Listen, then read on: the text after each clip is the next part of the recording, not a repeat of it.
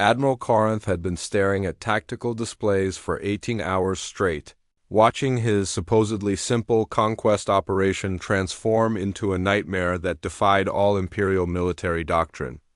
The humans had not only refused to surrender, they had begun systematically dismantling his fleet. It started with their orbital platforms. Intelligence had dismissed them as primitive monitoring stations, but they were actually disguised weapon systems that could coordinate their fire with devastating precision. 3 of his heavy cruisers had already suffered significant damage from sustained bombardment by weapons that shouldn't have been able to penetrate Imperial shielding. Admiral, his tactical officer reported with barely concealed panic. The humans have launched what appears to be a coordinated assault on our support vessels. Multiple attack craft approaching from the dark side of their moon. Corinth studied the display with growing alarm. The approaching craft were clearly civilian vessels that had been hastily converted for military use, but they were moving with the coordination of trained military units. More disturbing, they were using tactical approaches that demonstrated intimate knowledge of Imperial fleet formations. How could they possibly know our defensive arrangements? Sir, intelligence believes they've been monitoring our communications. Their technology is primitive, but they appear to have dedicated significant resources to electronic warfare capabilities. The first wave of human attack craft struck the Imperial fleet's outer perimeter with suicidal intensity. Small shuttles and converted cargo haulers rammed themselves into Imperial ships, their hulls packed with nuclear explosives. The explosions were impressive but largely ineffective against Imperial armor and shields. That was exactly what the humans had planned. Admiral, massive energy spike from the planet's surface. The sensor officer shouted, "They're firing some kind of directed energy weapon." The beam that lanced up from Earth was unlike anything in Imperial records. Instead of a single coherent energy stream, it was a coordinated array of thousands of smaller beams focused through orbital mirrors and amplification stations. The combined firepower struck the Imperial flagship's shields with enough force to penetrate 3 layers of defensive systems before burning through the outer hull. Impossible. How are they generating that much power? Sir, the intelligence officer said, his voice hollow with shock. They appear to have converted their entire planetary power grid into a weapon system. Every power plant, every generator, every energy source on their planet is contributing to that array. Admiral Corinth felt his scales shift to the deep purple that indicated mortal fear. No species in Imperial history had ever converted their entire civilization into a weapons platform. The level of coordination required was staggering, but more than that, it demonstrated a mindset that was completely alien to Imperial thinking. They're willing to destroy their own infrastructure to fight us. Worse, Admiral. Analysis suggests they built this capability before we arrived. They've been preparing their entire civilization for total war against technologically superior opponents. The communication array crackled to life, carrying another transmission from the planet's surface. This time, the face that appeared belonged to a human female wearing the distinctive uniform that intelligence had identified as belonging to their Marine Corps' Imperial fleet. "This is Colonel Mitchell, United States Marine Corps. I'm speaking on behalf of all human military forces." Her voice carried the calm professionalism of a career soldier, but her eyes held something that made Admiral Corinth's predator instincts scream warnings. "You have 15 minutes to withdraw from our system, or we will demonstrate why attacking Earth was the worst decision your empire ever made. Human, you cannot possibly threaten this fleet with your primitive technology." Mitchell smiled, and the expression was utterly without humor. "Admiral, 3 hours ago, my recon teams identified your supply depot on the dark side of our moon. 2 hours ago, we destroyed it. 1 hour ago, we eliminated your communication relay satellite. Right now, you're completely cut off from Imperial command, operating with whatever supplies you brought with you, and facing the combined military might of a planet that has never stopped fighting." Corinth checked his displays frantically. The supply depot was indeed gone, vaporized by some kind of kinetic bombardment. The communication relay was also destroyed, its wreckage drifting in space. His fleet was isolated, alone, and facing an enemy that seemed to understand Imperial logistics better than he did himself. Furthermore, Mitchell continued, in the past day, we've analyzed the wreckage of your Marine landing force. We've reverse-engineered your personal armor, decoded your weapon systems, and identified 17 critical vulnerabilities in your defensive technologies. That's impossible. Imperial technology is centuries ahead of yours. Admiral, we've been reverse-engineering enemy equipment since we started making weapons from rocks and sticks. When you've spent your entire evolutionary history fighting everything else on your planet, you get very good at learning from your enemies very quickly.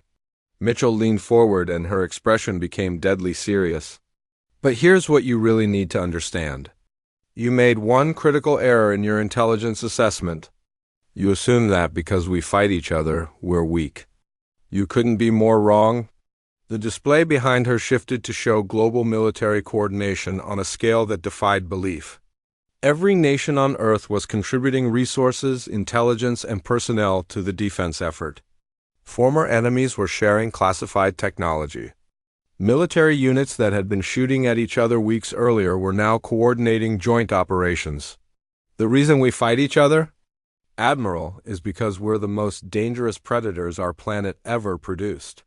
We fight because we're too aggressive to live peacefully, too competitive to submit to authority, and too stubborn to accept defeat. But when something threatens our entire species, all that aggression gets focused in one direction. As if to emphasize her point, another coordinated strike from Earth's surface struck 2 Imperial cruisers simultaneously. This time, the weapons weren't primitive kinetic systems or directed energy arrays.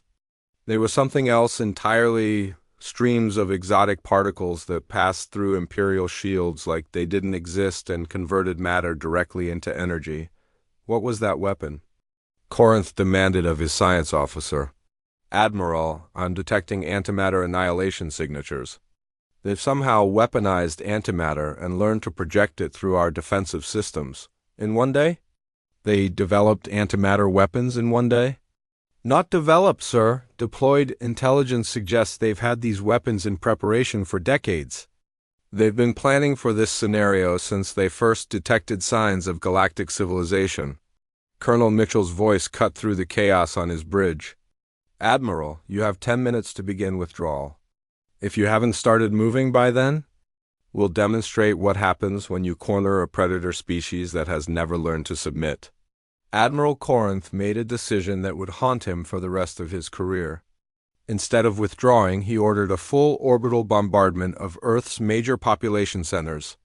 If the humans wanted to fight, he would show them the true power of Imperial military technology. The bombardment lasted exactly 47 seconds. The humans had been prepared for orbital bombardment since the first nuclear weapons were developed. Every major city had deep underground shelters that could house millions of people. More importantly, they had built defensive systems that turned the bombardment back on itself, massive electromagnetic pulse generators, hidden beneath every major city, activated simultaneously. The pulse was so powerful it temporarily disabled every electronic system in orbit, including Imperial ships. In the brief window while Imperial defenses were offline, Earth's hidden weapons platforms fired everything they had. The human attack wasn't designed to destroy Imperial ships. It was designed to capture them. Boarding pods launched from concealed positions throughout the solar system, filled with assault troops who had been training for this exact scenario for decades. They hit the disabled Imperial vessels while their crews were still recovering from the electromagnetic pulse. Admiral Corinth found himself facing human Marines on his own. Bridge 8 minutes after ordering the bombardment of their homeworld. Staff Sergeant Maria Santos, the same Marine who had wiped out the Imperial reconnaissance team, stood in the center of his command bridge with her rifle trained on his head. Around her, other Marines systematically secured Imperial personnel with an efficiency that spoke of extensive practice. Admiral, Santos said conversationally, my colonel wanted me to deliver a personal message. She said to tell you that attacking a Marine's homeworld was probably the stupidest tactical decision in galactic history.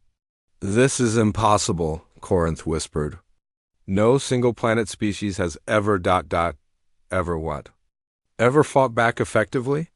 Santos smiled, and it was the same expression that had terrified every species unlucky enough to face humanity in combat throughout their history. Admiral, you just declared war on the species that invented total warfare. We don't fight to control territory or resources. We fight to completely destroy anything that threatens us. The bridge displays, now under. Admiral Corinth watched with satisfaction as his battle group achieved optimal firing position around the small blue planet. His sensors showed the primitive human vessels scrambling in obvious panic, their crude chemical rockets barely capable of reaching their own orbital stations. The sight filled him with the familiar pleasure of overwhelming superiority that had marked every successful Imperial conquest. Admiral, we're receiving coordinated communications from multiple points on the planet's surface, his communications officer reported.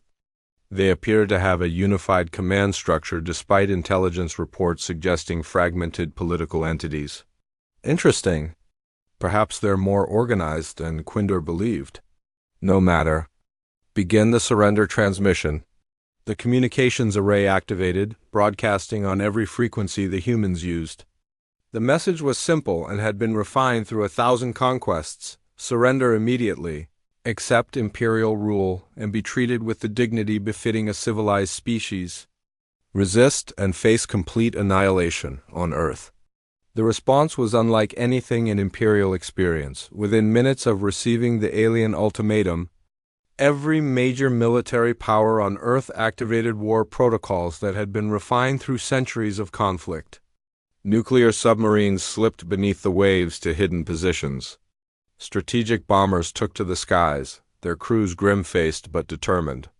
Infantry units moved to defensive positions that had been prepared for this possibility since the first reports of alien technology reached classified channels, but it was in a small forward operating base outside Kandahar where the Empire would get its first taste of what humans were, truly capable of. Staff Sergeant Maria Santos of the United States Marine Corps.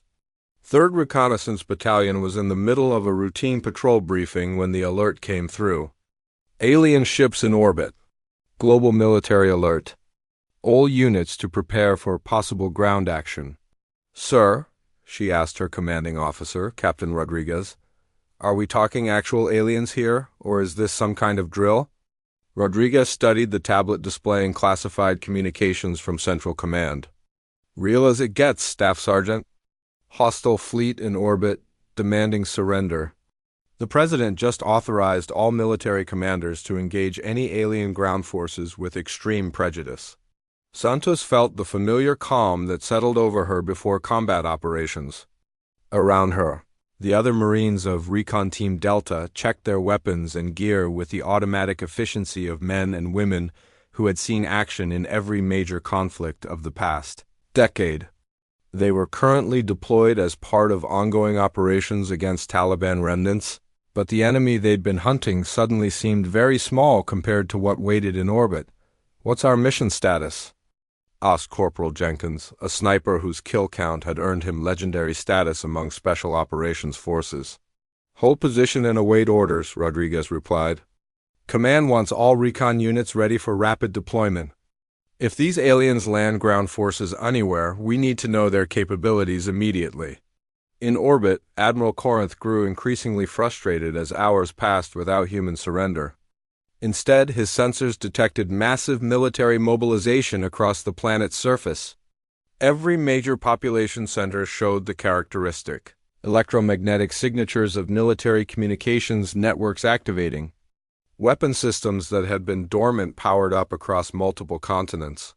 Admiral, his tactical officer reported with growing concern, the humans appear to be preparing for combat operations.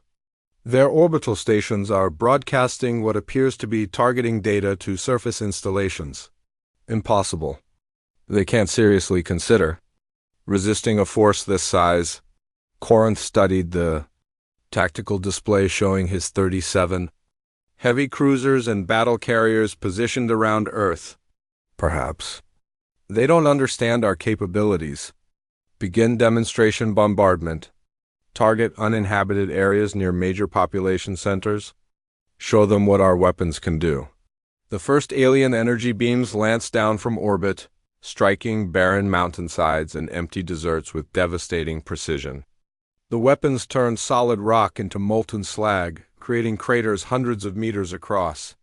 The demonstration of power would have sent any rational species immediately to surrender negotiations. Humanity's response was to open fire, every satellite-based weapon system, orbital defense platform, and surface-to-space missile battery that humans had secretly built over the past 50 years activated simultaneously.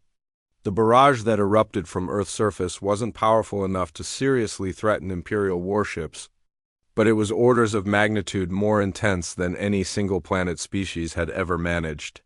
Evasive maneuvers, Corinth shouted as proximity alarms screamed across his bridge. The humans had somehow managed to coordinate thousands of separate weapon systems into a single, concentrated assault. How are they generating this volume of fire? His tactical officer worked frantically at his console. Admiral, they appear to have weapons installations we didn't detect.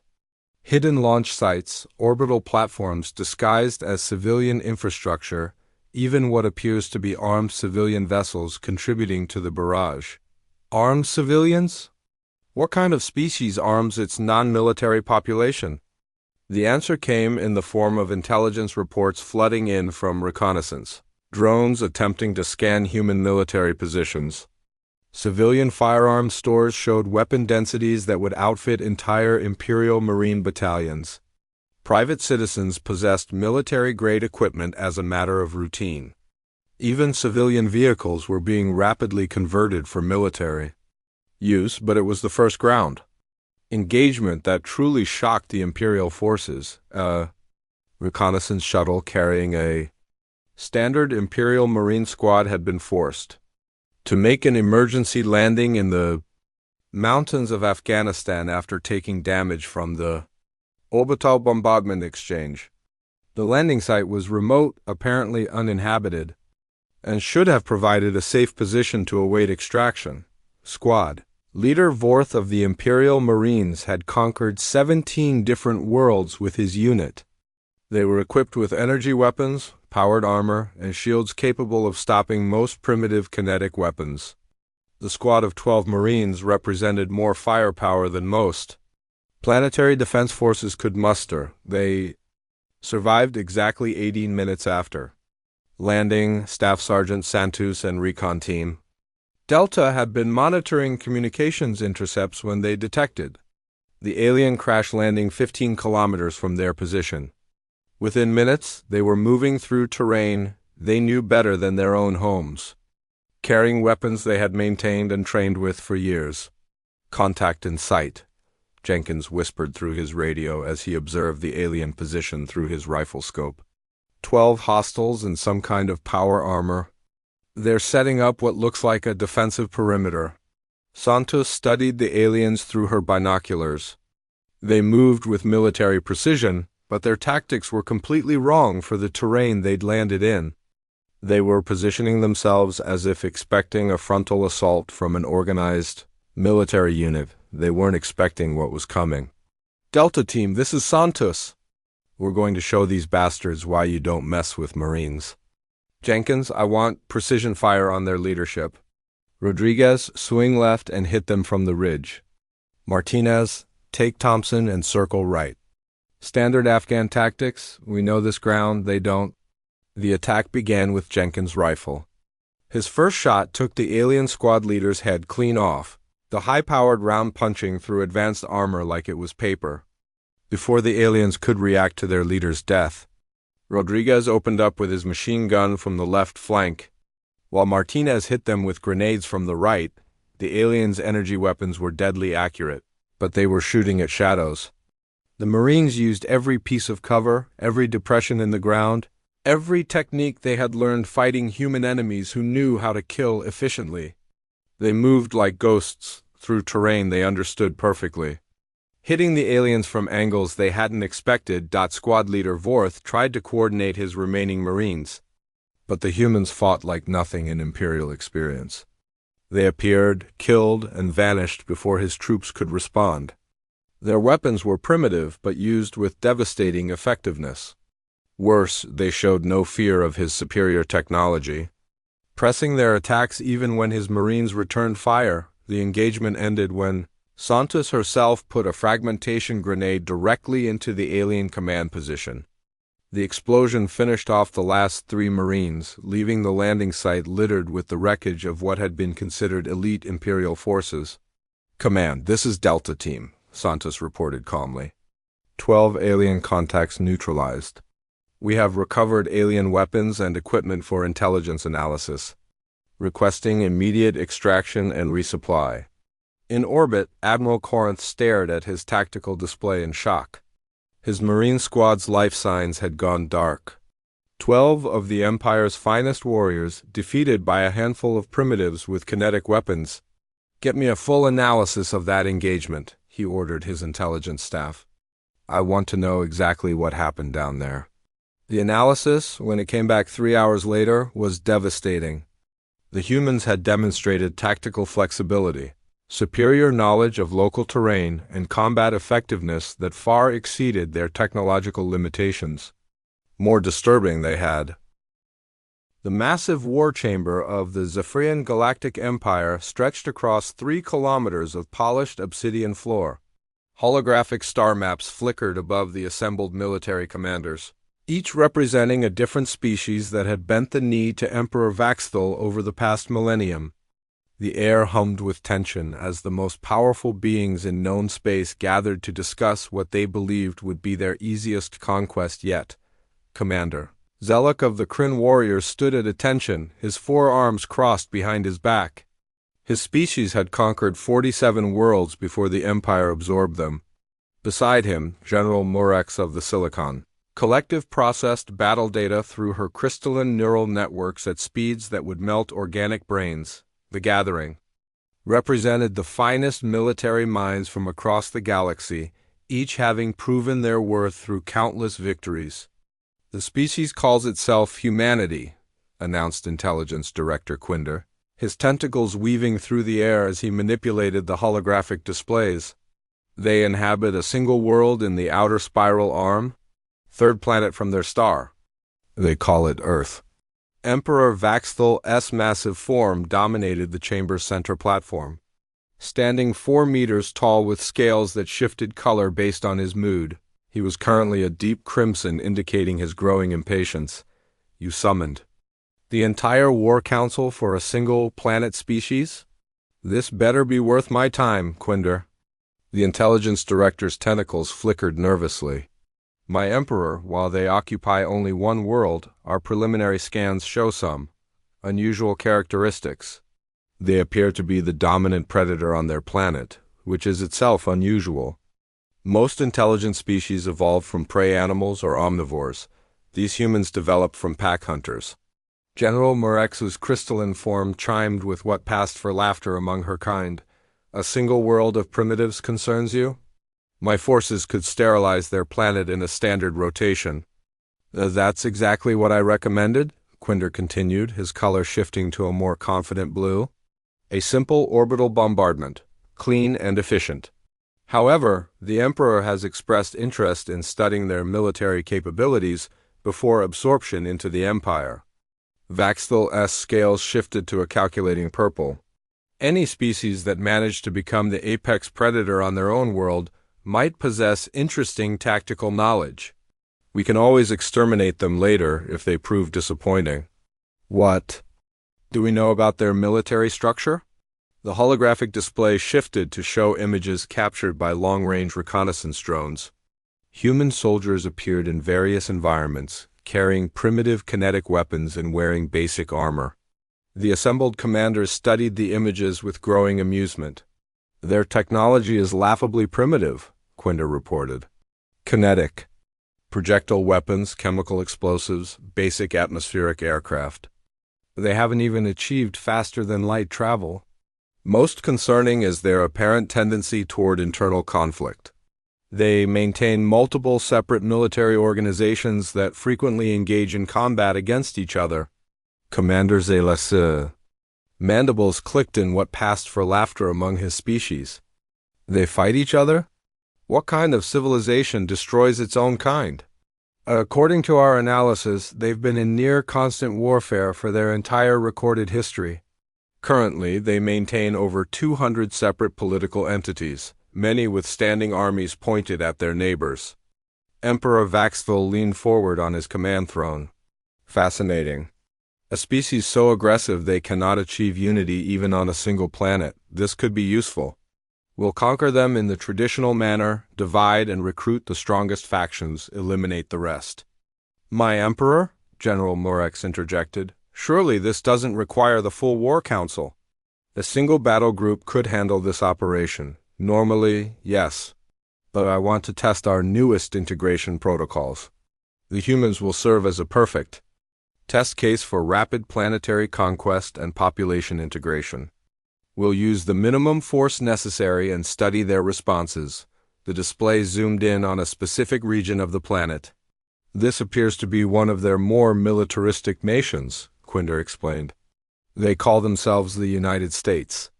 Their military structure is complex but well organized. They maintain separate forces for land, sea, air, and space operations. Space operations? Commander Zilak's interest piqued. You said they lack FTL capability. Primitive orbital craft only. But they do maintain a significant presence in their planet's orbital space. More interesting are these specialized units.